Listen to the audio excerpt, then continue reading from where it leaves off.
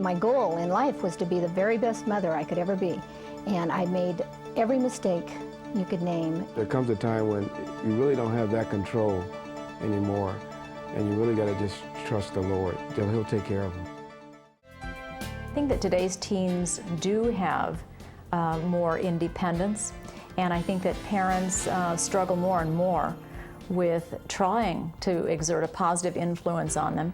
But I also think that parents have more of a positive influence on their teens than they think. Dr. Betty Youngs is a former Teacher of the Year, a counselor, and the author of several books about parenting teenagers. I think that's always been the struggle, that parents feel that as teens are walking away muttering something under their breath or going off to their room mad, that somehow the teen hasn't heard them, doesn't accept it, or dislikes them, and they're off. And so that the parent hasn't made a significant point. Dr. Youngs and her daughter Jennifer have interacted with thousands of teens across the country, compiling inspirational stories for their book, Taste Berries for Teens. In their research, they found that teens care very much what their parents think. And teens said things like, you know, when I have a disagreement with my parents and then I go off to school, it bothers me all day.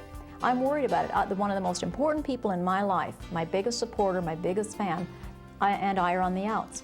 Teens are wanting parents to speak up, to set boundaries, and to be very present.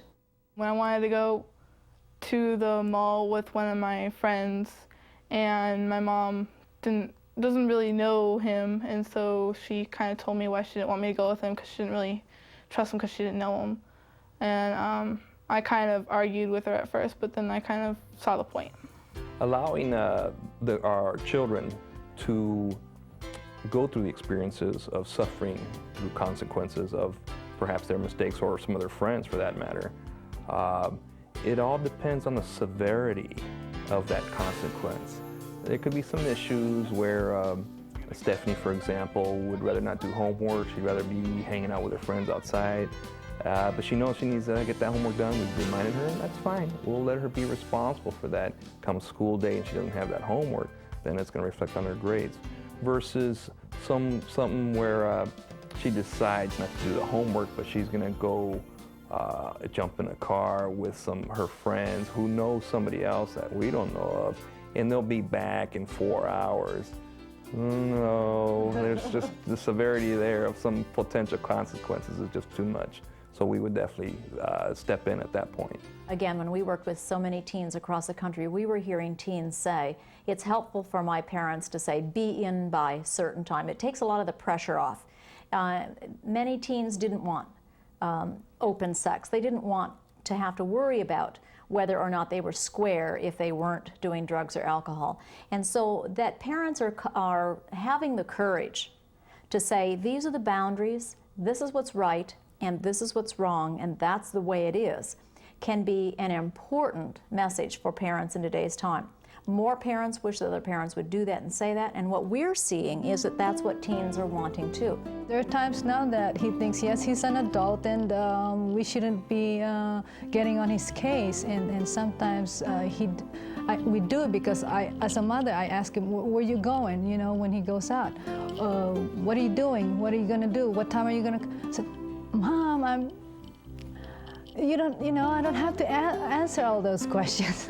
I remember once that we really had a big argument, him coming home late once. And he actually left and ran away for a few days. I remember me and him having a discussion as to why there has to be rules, and that he has to abide by them, because there's rules in life. There's boundaries. There's no way I could be a good parent and let him live in the house and just be totally does whatever he wants to, yeah. And especially when I know it's not good for him.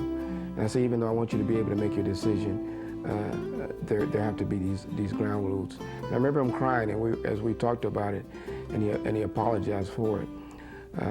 But it's really a very difficult area, because he really wants to make his own decisions. But as long as he's in your house, you have to make those boundaries for him. Many parents today put a high value on being popular with their teenagers and see their parenting role mostly as that of a friend. I always say to parents, what's more important than being a friend is being an adequate parent. You know, that's a tough one, to stay in the role and not move into that where I'm just so worried about the friendship that my child may be disappointed, that I shouldn't say or do something. In the end, what you're really looking for is that your child truly respects you. And a child is more in need of respecting his parent than he is his parent being a friend. We need the advice of our parent under certain circumstances versus the opinion of our parent acting as a friend, allowing us to do things so that we'll think they're cool. That's a big difference. But I do believe that there is a difference. There are times where I loved you as a mom because you stayed out of my way as long as I had my priorities taken care of and I got to live my life. And those times you were a friend by not interfering in my life. And then there were other times where you interfered in my life just at the perfect time, and lo and behold, I was needing somebody, and there was my mom, my friend. So you can see that it's all about the definition of friendship. One of the key words in teenagers is, it depends. I would offer a couple of suggestions. One, in addition to feeling the burden of this tremendous responsibility of raising, a moral child in today's time, that makes that job so much tougher than ever before. I would say not to forget to be moral and to practice those principles. The values that my parents have that I want to follow are their faith and then their trust and honesty. Secondly, I would say to not forget to have fun in parenting, because when your teens get older and they try you more and more, after all, they're trying to find roots, they're trying to find some strengths of their own, they're trying to fly without the parachute, and they're learning what works and what doesn't work for them, and they're needing to reject a little bit of what you are, because right now they need to try that on. Not to lose faith that it also can be a time of great fun. I found Jennifer to be a very strong personality as a teen, and also a very funny one. And whenever I would focus on just some of the joys of parenting, I would have to agree with that a lot. It changed my idea of the tough times. And so when I went through the tough times, rather than saying, whoa, is parenting tough? Or, one of the bummers is I always have to set an example. It allowed me to back off a little bit and also enjoy it. Thirdly, I would say to always practice good communication skills, and to forgive yourself when you don't. Forgiving yourself, can it cause you to turn your own eyes heavenward and to say, God, help me be a better parent.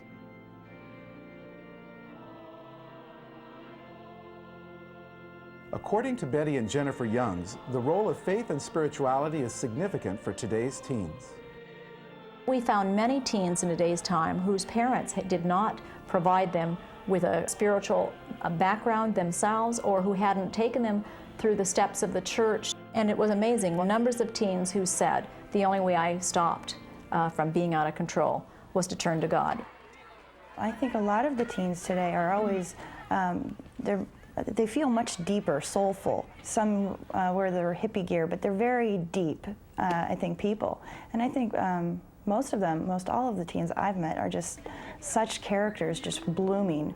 And finding that spiritual source is one of the main things that they... a real anchor for them. A real anchor, but real anchor. More like the catalyst in which they are discovering themselves and discovering things in the world and seeing it from that light, which is pretty much, good. Through the many days I've lived, the Lord has kept me under his wings with a family and this child who does many different things. Dear God, I thank you for a family that has brought me through to follow you, knowing that this is the only way that is true. One of the things that I see most often in Christian teens, most especially, is that the role of the parent in being a strong individual and unique individual in that Christianity is what comes across most. I think at a very early age that seed that's planted about who God is always with us. Once Christ is in your life, he never leaves. Well, my parents raised me to keep God first and keep him in everything I do and remember him in everything I do and show and learn that he's going to be the one in my life to keep me from doing stuff temptations and things like that. Since we don't have them all the time, faith is the most important thing, because we have to trust that God's going to guard them and keep them, and what we've taught them, that the Lord, the Holy Spirit will bring it to their remembrance. My prayer a lot of times is, Lord, just expose every untruth to them so that he can see. And so faith is the central, most important part of raising faith in God. That we do what we're supposed to do. There's a part we have to do, and then the rest is really up to God. It's never too late to be a good parent. Even if you've had a really terrible relationship with a 14 or 15-year-old, begin again at 16. It's never too late. If you've gone through a crisis of drugs or alcohol or a crisis of any time, of any magnitude, a tough time, begin again. Your own child, and even stepchildren. The nice thing about them is that they want and need your love. And they're always going to try to get that, even sometimes in a negative way. And so, that's one of the graces, I'm sure, from God, is that they want to love you. And it gives you an opportunity to begin again. My goal in life was to be the very best mother I could ever be. And I made every mistake you could name. And Pam and Bill Latonin have an 18-year-old son together and 2 adult daughters from Pam's previous marriage. The hard lessons they've learned have led them to share with other parents through an outreach they've called Never Too Late Ministry.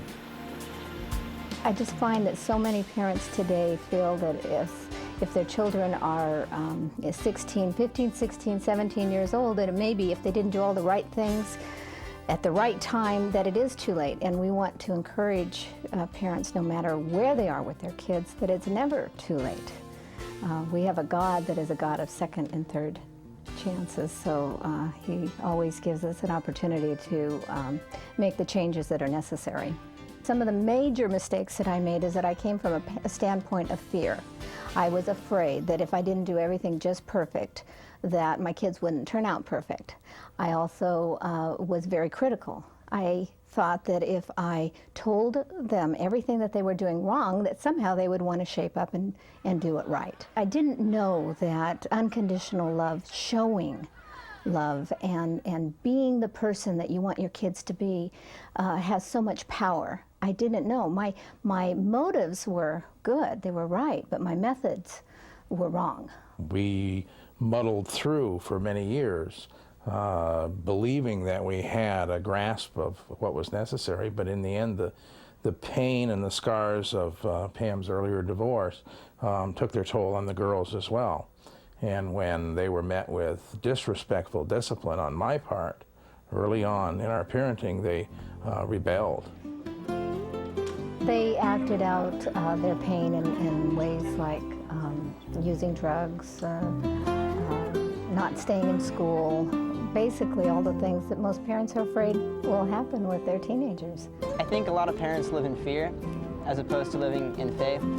I've noticed some parents where they try to have a real tight grasp on their kids, and some parents where they're too loose and they let the kid do whatever they want. And both, in my opinion, are an error, because the kid never learns discipline, or the kid learns the discipline in the wrong way, where they don't see God in the system, but they see man and they see their parents making the same mistakes, being hypocritical. I think also the trust issue is a really big issue. I think that if a parent is demonstrating that they don't trust their child, the child feels that why would they want to please them anyways, or why would they want to do what they say if they don't trust them. And it was really helpful for me when I was younger to know that if my parents trusted me, I would want to keep that trust and I would want to work hard for that trust. If there's no trust there whatsoever, I think a child just feels really unloved and feels really like there's no use in obeying their parents anyways if they don't trust them. It was later in their teenage years that we learned parenting skills. I knew that change was essential for me if I was going to salvage the dignity of being a father. And that change came about when I learned to do things differently, when I learned a dependence upon God for the teaching that would be necessary, the breaking of my spirit, my stranglehold on their lives, and recognizing that they could be trusted to make good decisions. It would be necessary for me to surrender that power and recognized that I could communicate in a respectful way through the use of my words, through the use of consequences and discipline, as opposed to strict reward and punishment. Because it was a process of change, we became different parents for Steve. There's about 8 years in separation between our youngest daughter and Steve. The biggest impact wasn't when they would tell me what to do or anything like that, but when I would see my mom having prayer groups at her house, or see my dad giving and being generous with people, or being kind to his workers at work.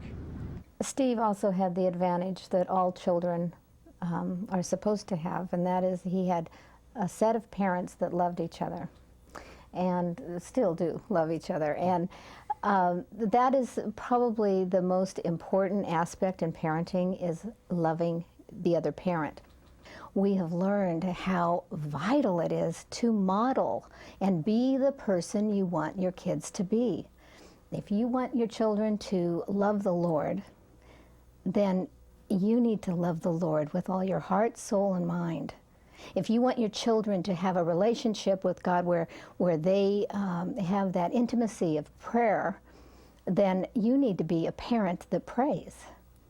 If you want them to go to church and find a home church, then you need to make that a priority in your life.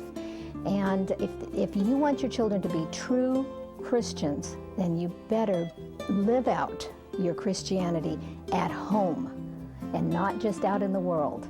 I can't emphasize how important it is to be praying for your children.